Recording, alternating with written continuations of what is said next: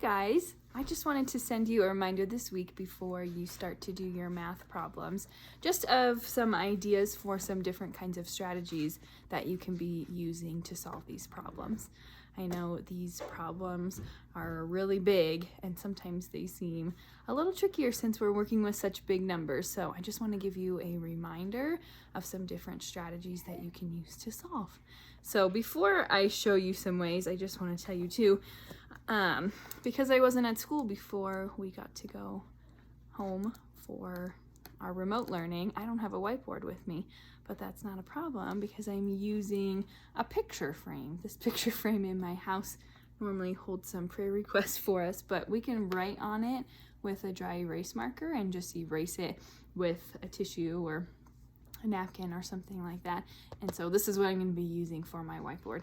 If you don't have a whiteboard at your house, you can do something similar. Just make sure that you ask your parents first before you start writing on things. But a picture frame would work great. You can also use dry erase markers on the window. I let Carson draw with dry erase markers on my mirror, or on our sliding glass door is a great place too.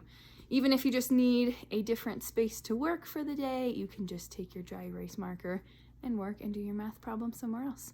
If you want to do them that way, instead of doing it on the paper or using Seesaw to do it, absolutely feel free to do your problems like that too. Sometimes just a different spot for us to work can really help our brains to focus better. So let me remind you of some strategies that you can use to solve your problems. All right, the first strategy I want to remind you of is probably the one that you're using already. We call it in class our quick tens and ones. So if I have a problem like this, 36 plus 23, I'm going to use lines to represent my tens and just dots to represent my ones. So I like to kind of group my tens all together and my ones all together. That way you can see very clearly what our new number is going to be. So here's my 3 lines for my 30. I'm going to go ahead and do 6 dots for my 36.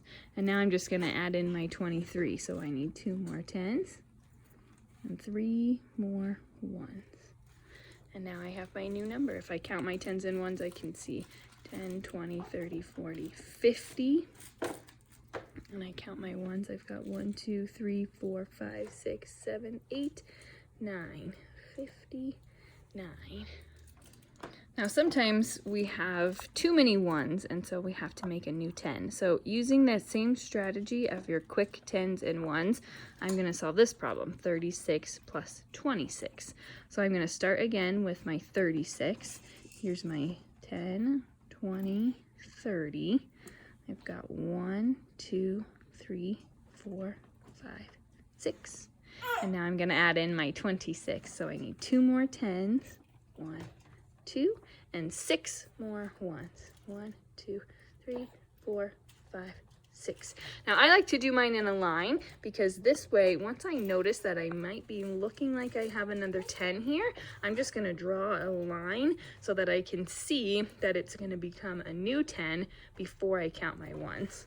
So let's check and see. I've got 1, 2, 3, 4, 5, 6, 7, 8, 9, 10. Here's where it stops. I'm just going to turn this into another 10. And now I'm going to count my new number with my 1s left over. So I have 10, 20, 30, 40, 50, 60. 1, 2, 62. Another strategy that I can use to solve when I'm doing double-digit addition like this is to line up my numbers. And parents, this is probably what you're more familiar with, the way that you solve the problems. We haven't covered this up much in class, but if you would like to use this strategy at home, please go for it. Show your kids how to do it.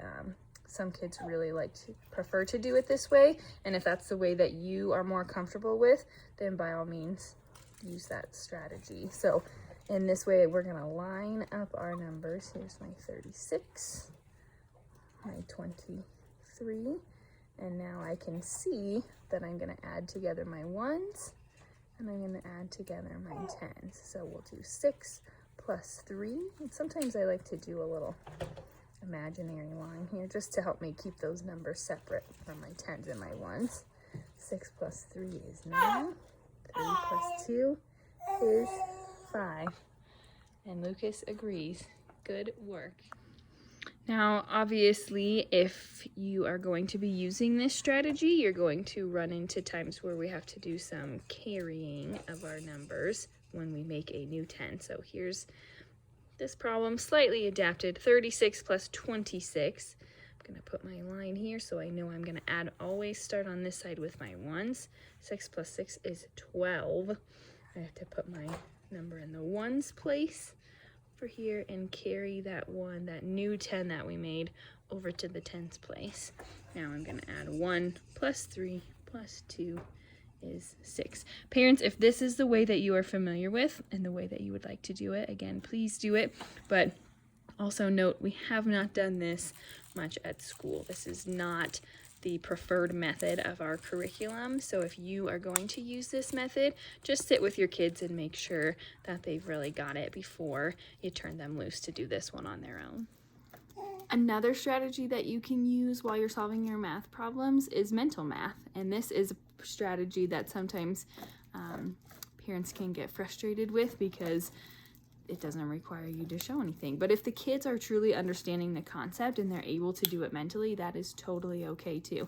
Even if it says to draw or to represent your problem, if they're able to solve it mentally, that is totally fine. As long as they're getting the right answers. Obviously, if they're not solving correctly mentally, we would want to start writing out some answers and seeing where we're lacking. But mental math is a great alternative too, if that's something that your child likes and is able to do. So just to recap, here's the 3 strategies that I talked about today. And again, please use the one that your child is most comfortable with, that works the best for you. We are all about utilizing the strategy that works the best for you. So quick 10s and 1s, line them up, or mental math. Good luck on your math.